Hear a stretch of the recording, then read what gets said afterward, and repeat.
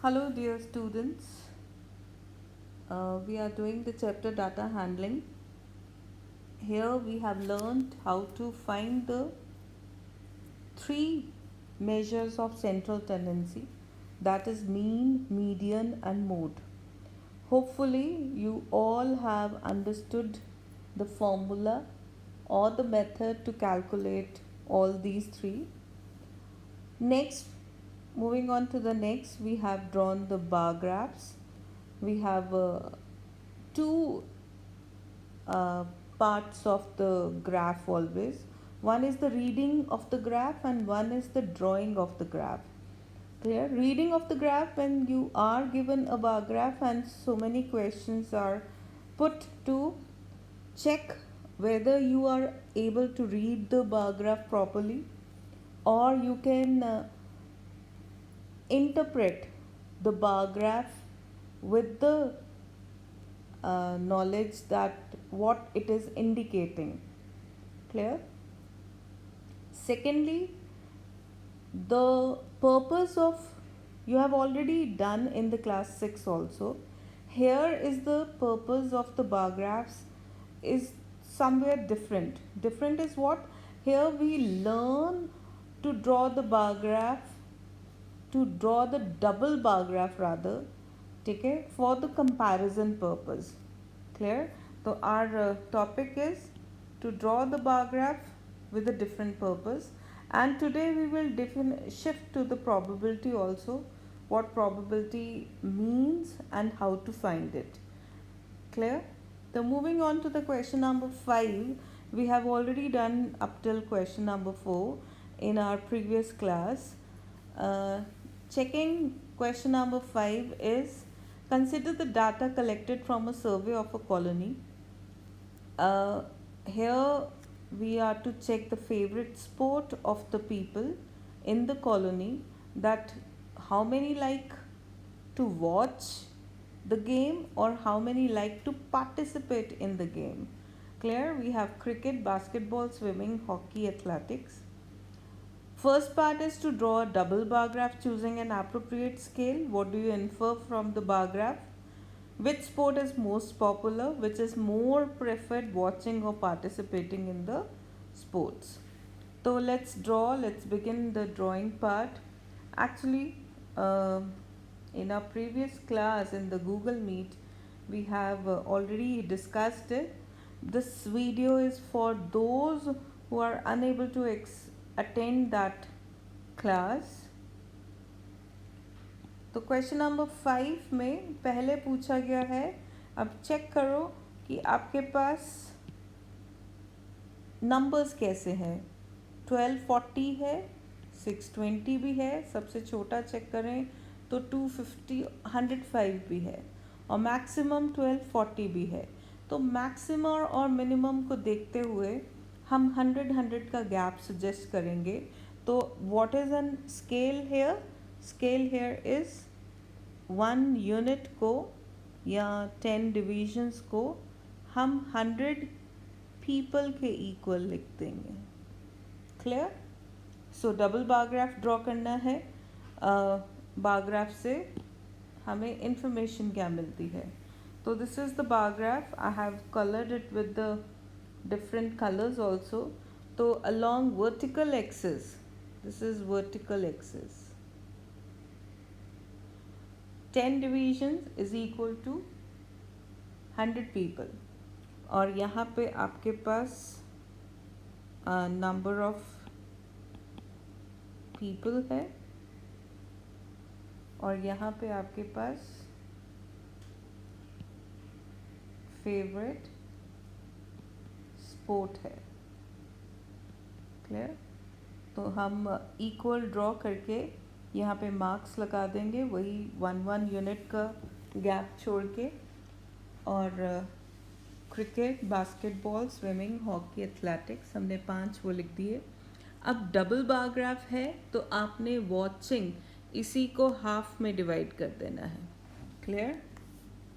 तो आप पहले ये एक 1240 है पहला नंबर, तो 1240 कहाँ पे आएगा? ये आपके पास 50 है एग्जैक्टली इन द मिडल. तो 10 डिवीजन्स हैं, 10-10 का गैप ही एक एक डिवीजन आपकी शो करेगी। तो बीच में 1250 आ जाएगा, एक डिवीजन कम 1240 आ जाएगा। क्लियर? तो आपके पास ये लाइन आपको प्रॉपर दिखाई देनी चाहिए।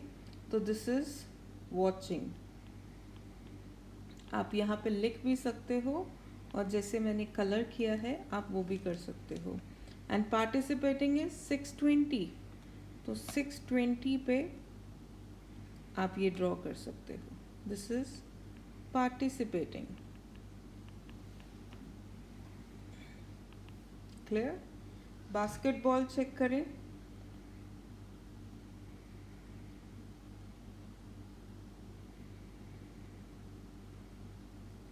बास्केटबॉल कितना है? 470 एंड 320। ये आप यहाँ लिख भी सकते हो, दिस इज़ 1240, 620, ताकि पूरी इंफॉर्मेशन आपके पास ग्राफ रीड करते ही पूरी इंफॉर्मेशन हो। और जहाँ पे इंफॉर्मेशन आपकी दी होती है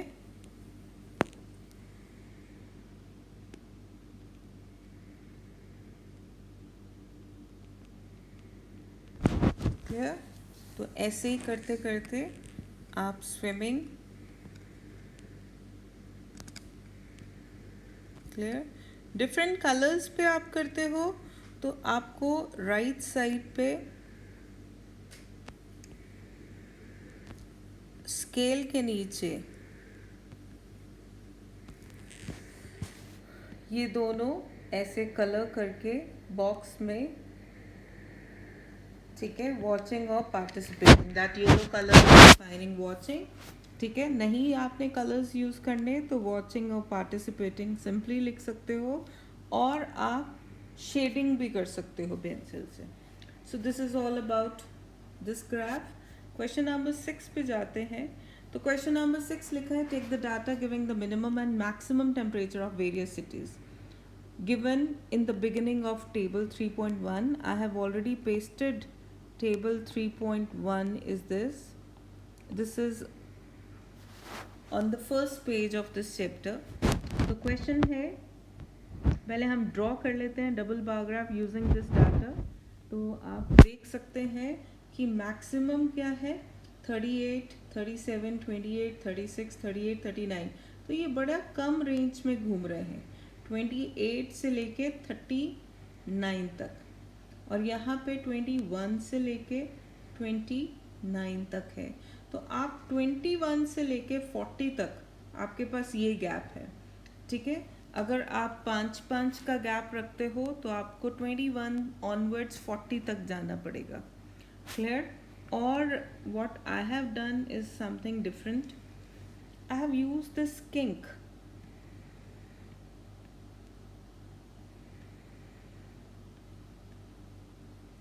I have used this kink. मैंने कलर चेंज कर लिया क्योंकि ये मैम ने तभी ड्रॉ किए थे जब गूगल मीट पे हम पढ़ रहे थे। तो ये किंक क्या है, what is this kink is shortening of a bigger length to the smaller. जैसे एक थ्रेड को छोड़ दें तो वो टेढ़ा मेढ़ा सा नहीं बन जाता, उस लाइन को हमने सप्रेस करके छोटा कर दिया। और स्टार्ट किससे किया, 20 से, और दो का गैप मैं ले रही हूँ और 42 तक जा रही हूँ। क्लियर? 40 तक भी छोड़ सकते हो, शायद 39 is the highest number in the data. तो आपको बीच में जो 5th डिवीजन आएगी वो आपकी 21, फिर 22, ये आपकी 23। तो you can easily find the numbers on the vertical axis. तो हमने लिया क्या है, 10 डिवीजन्स को 2 डिग्री सेल्सियस लिया है। क्लियर? अब क्योंकि मैंने ये यहाँ पे मैक्सिमम को हॉलो से और मिनिमम को ऐसे शेडेड से यहाँ रिप्रेजेंट किया है, तो आप साइड पे वो भी लिखेंगे। क्लियर? तो I have cities like Ahmedabad, Amritsar, Bangalore, Chennai, Delhi, Jaipur, Jammu and Mumbai. तो हम ग्राफ से, टेबल से देख के जिस एंट्री में है। तो आपके पास अहमदाबाद का मैक्सिमम टेम्परेचर कितना है, 38 डिग्री सेल्सियस। तो आप 38 के बिल्कुल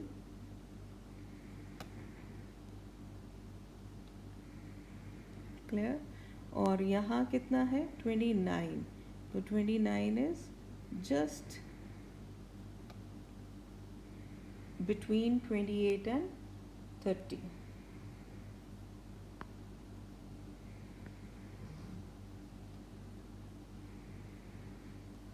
Clear?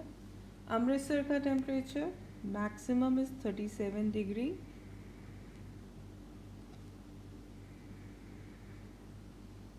and minimum is 26 degree. Clear? फिर चेक करते हैं, अमृतसर हो गया, Bangalore is 28 and 21. Bangalore is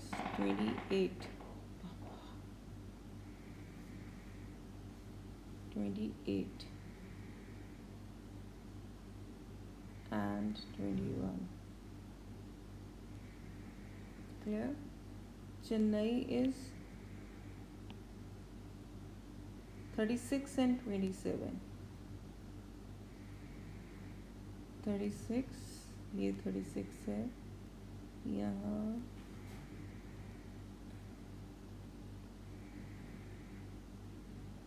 36 and 27. Clear? यहाँ पे आप लिख भी सकते हो, ठीक है। और ये आपने शेडिंग की है, तो शेडिंग कीजिए।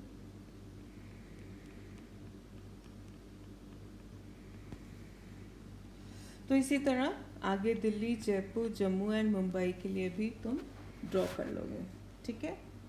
तो इट्स वेरी इजी, बस आपको ये सारी चीज़ें, दीज आर सिटीज़, आप सिटीज़ यहाँ पे मार्क करेंगे और यहाँ पे क्या है आपके पास, टेम्परेचर।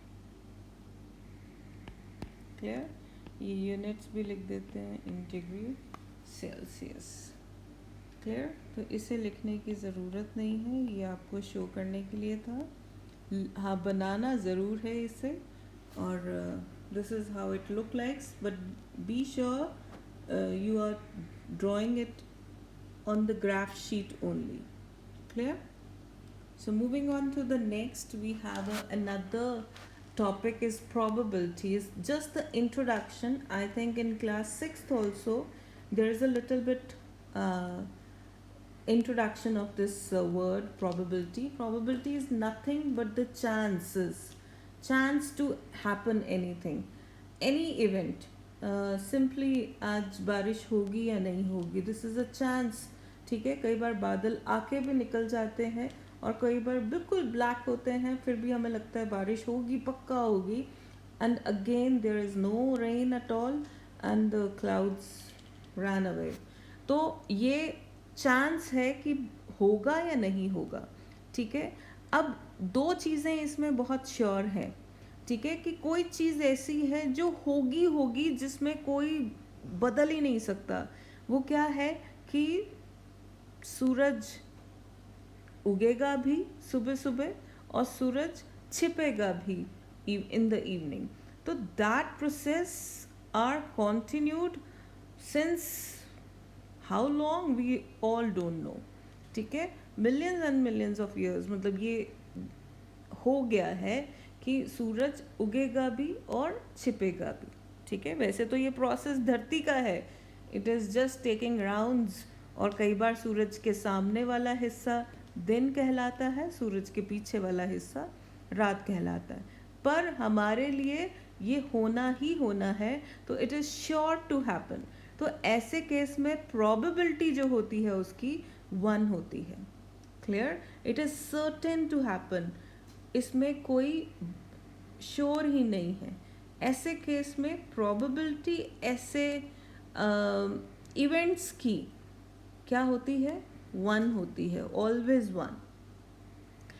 अब हम कहेंगे कि सूरज आज तो छिपेगा ही नहीं, आज सारा दिन रहने वाला है, ठीक है। That is not possible at all. Clear? तो वो चीज़ें जो पॉसिबल नहीं है, दैट इज़ इम्पॉसिबल इवेंट्स, और उसकी प्रोबेबिलिटी हमेशा ज़ीरो होती है। Clear? Now something can happen but not certain. असल में प्रोबेबिलिटी का सारा चैप्टर इस लाइन के अराउंड ढूंढ निकलता है कि अगर हम कॉइन टॉस करें, क्या आएगा? हेड आएगा, टेल आएगा। आनी दो ही चीज़ें हैं, पर हमेशा एक क्यूरियोसिटी, एक अनसर्टेनिटी बनी रहती है कि either you will get head और tail, but both has equal chances to appear.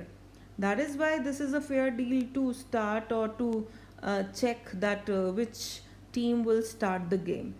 ठीक है, this is a fair deal कि आप बड़ा फेयर है, क्योंकि दोनों ऑप्शंस के 50-50% चांसेस हैं, हाफ चांसेस हैं, और हम इसे बोलेंगे क्या, आगे सीखेंगे, देन द प्रोबेबिलिटी इज़ 1/2। ठीक है, तो इस हिस्से की जो चीज़ें होंगी तो, पर सर्टेन नहीं है कि होंगी या नहीं होंगी। ठीक है, तो यहाँ पे प्रोबेबिलिटी जो लाई करती है वो 0 और 1 के बीच में लाई करती है। It is always a fraction and proper fraction. ठीक है, प्रॉपर फ्रैक्शन है, क्योंकि फॉर्मूला क्या है, आगे पढ़ेंगे प्रोबेबिलिटी का formula. It is any event, जिसकी भी बात करेंगे कि आज बारिश होने की क्या प्रोबेबिलिटी है। ठीक है, तो बादल को देख के हम अंदाज़ा लगा के उसकी प्रोबेबिलिटी, नॉर्मली परसेंटेज में, और परसेंटेज और फ्रैक्शन का क्या रिश्ता है ये हम लोग जानते हैं।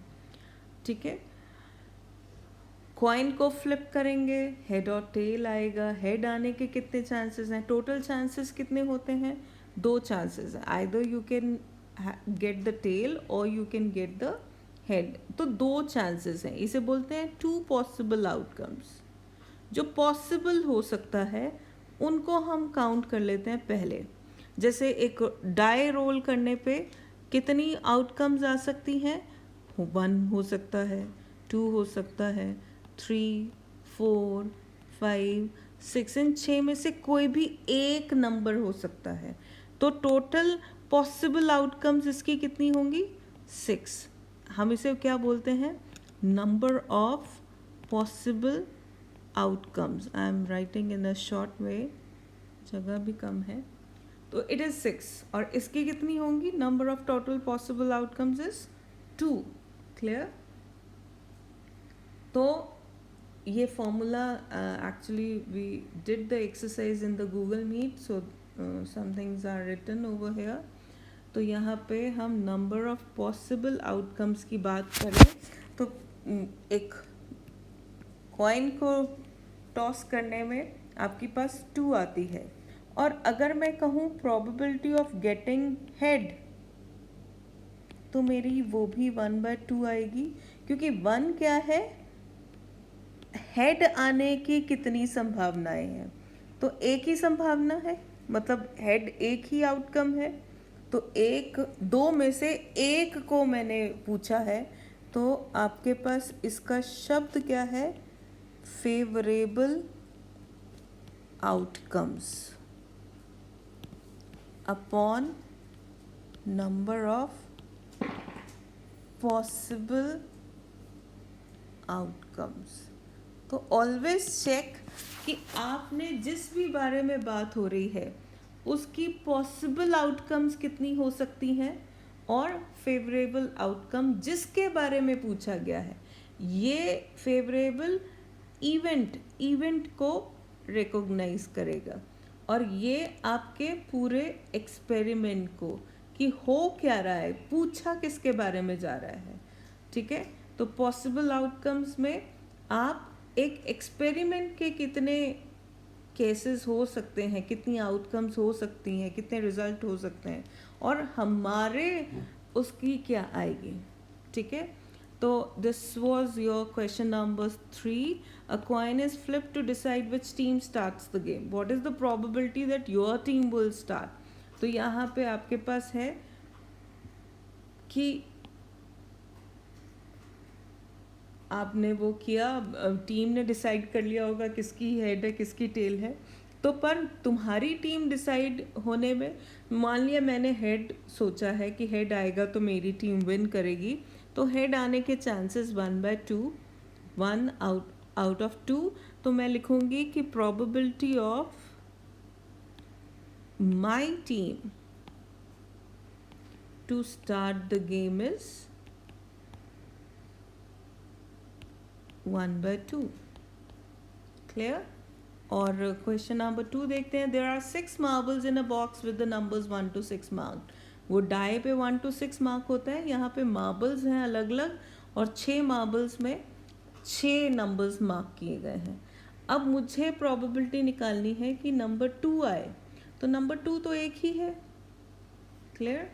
आउट ऑफ, पहले यहाँ फॉर्मूला लिखोगे, ठीक है, फिर probability of getting number 2 is 1/6 and probability of getting number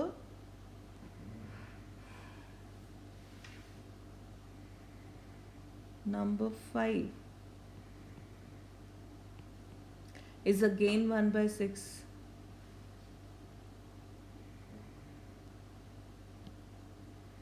This is 5 and this is 1/6. Clear? तो प्रोबेबिलिटी ऑफ गेटिंग 2.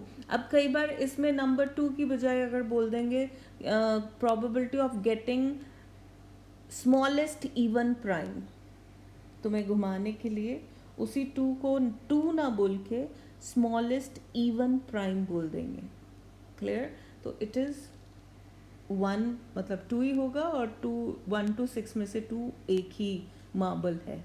ठीक है, एक ही मार्बल में 2 लिखा हुआ है, तो 1 आने के चांसेस, 2 आने के चांसेस 1 out of 6 हैं. क्लियर?